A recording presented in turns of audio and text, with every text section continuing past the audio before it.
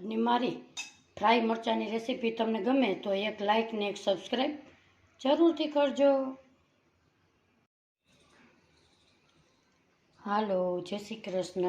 મારા કિચનમાં આપણું હાર્દિક સ્વાગત છે. આજે આપણે મસાલેદાર એવા મરચાંને ફ્રાય કરીશું. સૌપ્રથમ આપણે 200 ગ્રામ મરચાં લીધા છે. મરચાં ધોઈ અને સાફ કરીને લીધા છે. મરચાં તમારે આવી રીતે પસંદ કરવાના છે. આ મરચાં ખાવામાં ખૂબ જ ટેસ્ટી એવા લાગે છે. આમાં બીનો ભાગ ઓછો હોય છે. આ મરચાં એકદમ તીખા નથી હોતા. આને તમે 10 દિવસ સ્ટોર કરી શકો છો. આવી રીતે બધાને મરચાંને આપણે ચીરા પાડી લેશું. આ મરચાં ભાખરી, થેપલા, પરોઠા, રોટલીની સાથે ખૂબ જ સરસ ટેસ્ટ લાગે છે. આવી રીતે મરચાંને આપણે કાપા બધાના પાડી લઈએ. આવી રીતે અહીંયા આપણે બધા મરચાંના કાપા પાડી લીધા છે. હવે આપણે તેલ તરફ ગેસ તરફ જઈએ. સૌપ્રથમ ગેસ ઉપર એક પેન મૂકીશું. 3 થી 4 ચમચી તેલ નાખીશું. આમાં થોડોક તેલનો વધારે ઉપયોગ કરવાનો છે. તેલ આવે સૌપ્રથમ આપણે 1 ચમચી રાઈ નાખીશું. 1 ચમચી જીરું નાખીશું. 1 ચમચી કાળા તલ નાખીશું અને અડધી ચમચી હિંગ નાખીશું. ડાયજેશન માટે હિંગ ખૂબ જ જરૂરી છે. ધીમા ગેસે આપણે આને પકવી લેશું. હવે આપણે નાખીશું મરચાં. આ મરચાં ફ્રાય મરચાં તમે બનાવશો તો તમારે શાકની પણ જરૂર પડતી નથી. અને આપણે ફાસ્ટ ગેસે મિક્સ કરી લેશું. આ મરચાં ખાવામાં ખૂબ જ સરસ સ્વાદિષ્ટ લાગે છે. તમે પણ ચોક્કસથી ટ્રાય કરજો. આવી રીતે આપણે ફાસ્ટ ગેસે હલાવી લેશું.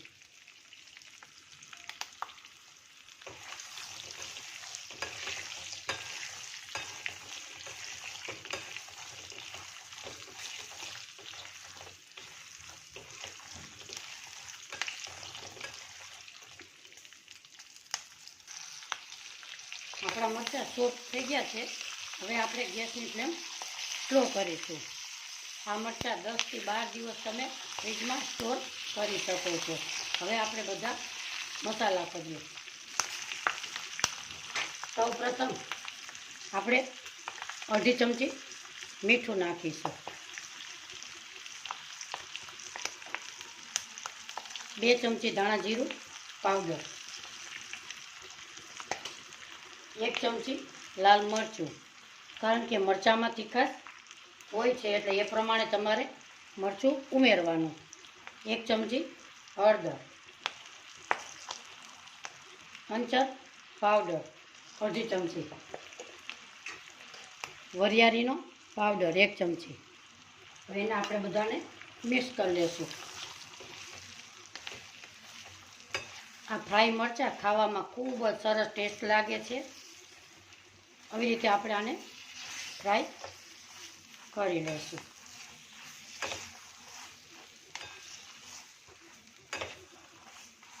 હવે આપણે 1 મિનિટ મરચાંને ઢાંકી દેશું.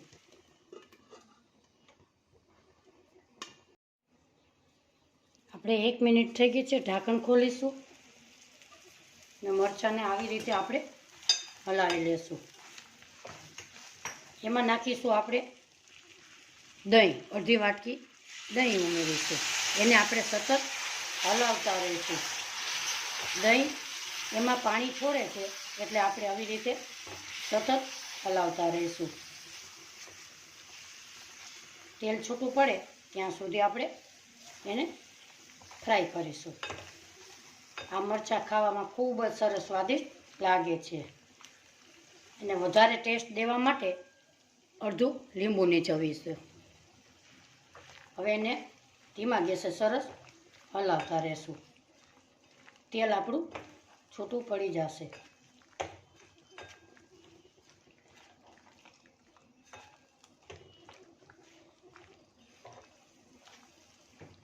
આ મરચાં સરસ ટેસ્ટમાં બને છે. તમારે શાકની પણ આમાં જરૂર પડતી નથી. આવી રીતે સતત હલાવતા રહેશું. આપણા મરચાંમાં મસાલો એકદમ સરસ ભળી ગયો છે. હવે આપણે નાખીશું ઉપર ધાણા ભાજી. એને આપણે મિક્સ કરી લેશું. આપણા મરચાં રેડી છે.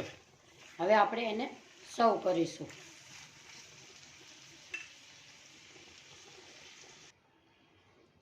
આજની મારી રેસીપી તમને ગમે તો લાઈક, શેર અને સબસ્ક્રાઈબ કરવાનું ભૂલશો નહીં. આજની મારી રેસીપી તમને કેવી લાગી કોમેન્ટ બોક્સમાં જરૂરથી જણાવજો. ફ્રાય મરચાંની રેસીપી તમને કેવી લાગી. ફરી મળીશું એક નવી રેસીપી સાથે. ત્યાં સુધી બધાને મારા જય શ્રી કૃષ્ણ.